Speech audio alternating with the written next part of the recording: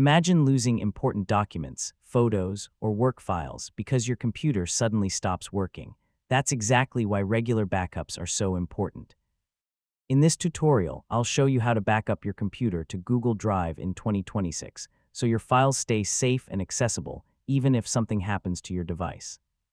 So let's get started. First, make sure Google Drive for Desktop is installed on your computer. This application connects your PC directly to Google Drive and handles file syncing automatically.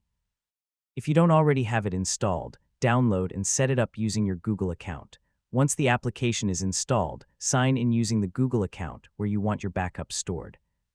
After signing in, Google Drive will begin configuring the connection between your computer and cloud storage.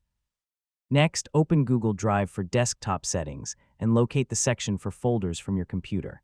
This area lets you choose which files and folders should be backed up automatically. You don't have to back up everything. Focus on the folders that contain important data. Choose the folders you want Google Drive to protect. Common choices include documents, desktop, pictures, videos, and work-related project folders. The more important the files, the more valuable it is to have a cloud backup. After selecting your folders, save the settings and allow Google Drive to begin uploading your files. Depending on the amount of data and your internet speed, the first backup may take some time. Larger collections of photos and videos usually take the longest. Once syncing is complete, open Google Drive and confirm that your backed up folders and files appear as expected.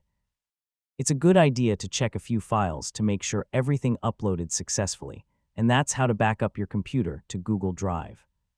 With automatic backups enabled, your important files stay protected and available across devices.